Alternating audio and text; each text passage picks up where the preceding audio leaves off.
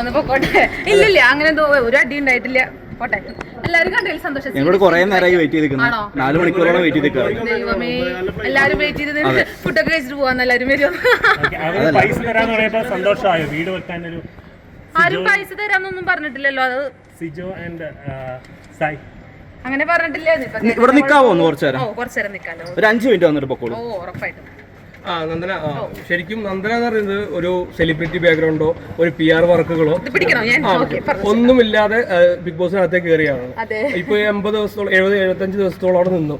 എങ്ങനെ ഉണ്ടായിരുന്നു big boss? Big boss അടിപൊളിയാണ്, സൂപ്പറാണ്, എനിക്ക് ഇഷ്ടപ്പെട്ടു. ബിഗ് ബോസ് എന്ന് പറയുന്നത് നമ്മുടെ ലോകം, നിങ്ങളത് അതിന്റെ ഉള്ളിൽ അനുഭവിച്ച, ഞാൻ പുറത്തുനിന്ന് കണ്ടൊരു വ്യക്തിയാണല്ലോ, പക്ഷെ നമ്മൾ അതിന്റെ ഉള്ളിൽ കയറുമ്പോൾ ഭയങ്കര ഡിഫറെന്റ് ആണ്. ഫുള്ളൊക്കെ അടിപൊളിയാണ്. ഇപ്പൊ ഇതിനകത്ത് ലാസ്റ്റ് ഇപ്പൊ ഫിനാലയിലുള്ള ലാസ്റ്റ് വീക്കിലായാലും ഒരു ഒത്തുകളി ഫീൽ ചെയ്യുന്നുണ്ടായിരുന്നു. എങ്ങനെ ഉണ്ടായിരുന്നു? അതിനെ പറ്റി എന്താ പറയാനുള്ളത്? അതിനെ പറ്റി എനിക്കൊന്നും പറയാനില്ല. സിജോയും സായും തമ്മിലുള്ള നന്ദന നമ്മളുള്ള ഗ്രൂപ്പുകളിലായിരിക്കും ഒരു പക്ഷേ പ്രതികൂലമായിട്ട് വന്നത്. ആണോ? അങ്ങനെ തോന്നിയോ? അങ്ങനെ തോന്നിയിട്ടുണ്ടോ? തോന്നട്ടെ. അങ്ങനെ ഒരു കോംബോ വേണ്ടായിരുന്നു തോന്നി ഇറങ്ങി കഴിഞ്ഞപ്പോ? നോ. ആര് പിന്നാവുന്നാണ് ആഗ്രഹിക്കുന്നത്? അറിയില്ല, പ്രഷർ തീരുമാനിക്കട്ടെ. അല്ല, നന്ദനയുടെ കാഴ്ചപ്പാടിൽ ആരും ഇല്ല, എനിക്ക് അങ്ങനെ കാഴ്ചപ്പാടൊന്നും. പിന്നെന്താ, പോവില്ല, ഉറപ്പായിട്ടും പോവും. ബിഗ് ബോസ് എനിക്ക് ഇഷ്ടമുള്ള ഒരു ഷോയാണ്. ബിഗ് ബോസിൽ ഉറപ്പായിട്ട് ഞാൻ പോകും.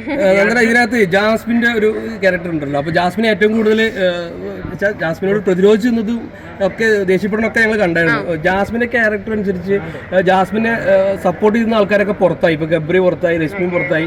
അപ്പം ജാസ്മിനെ ഹേറ്റേഴ്സ് ഉണ്ടെന്ന് തോന്നുന്നുണ്ടോ? അറിയില്ല, എനിക്കൊന്നും അറിയില്ല. ഞാൻ അവിടുന്ന് പുറത്തുനിന്ന് വയൽക്കാരായിട്ട് ഒരു 28 ദിവസം കഴിഞ്ഞാലൊക്കെ കയറണത്. അപ്പൊ അതുവരെയുള്ള കാര്യങ്ങളല്ലേ എനിക്കറിയുള്ളൂ. ബാക്കിയുള്ളതൊക്കെ എനിക്കറിയില്ലല്ലോ. എന്താണ് അവിടെ നടക്കണേന്നൊന്നും നമുക്കറിയില്ല. നമുക്ക് മൊബൈലിൽ ഒന്നുമില്ല. നമ്മളൊരു അവരായിട്ട് തന്നെ ഒരു കമ്പയർ ചെയ്ത് പോണൊരു സ്ഥലമാണ്. പിന്നെ ഏറ്റവും കൂടുതൽ പണപ്പെട്ടി എടുത്തു പോവാൻ ആഗ്രഹമുള്ള നന്ദനാണെന്ന് പറഞ്ഞു. പക്ഷെ ആ സമയത്ത് തന്നെ പെട്ടെന്ന് പുറത്താവുകയും ചെയ്തു. അപ്പൊ അത് പറഞ്ഞുകൊണ്ടാണോ പുറത്തായെന്ന് തോന്നുന്നുണ്ടോ? അങ്ങനെ പറഞ്ഞുകൊണ്ടാണ് പുറത്തായെന്ന് വെച്ചാൽ എനിക്ക് കുഴപ്പമില്ല. എന്താ കാരണം ഞാൻ എന്റെ ഒറിജിനലായിട്ട് നിന്ന കാരണമാണല്ലോ ഞാൻ പോകുന്നത്.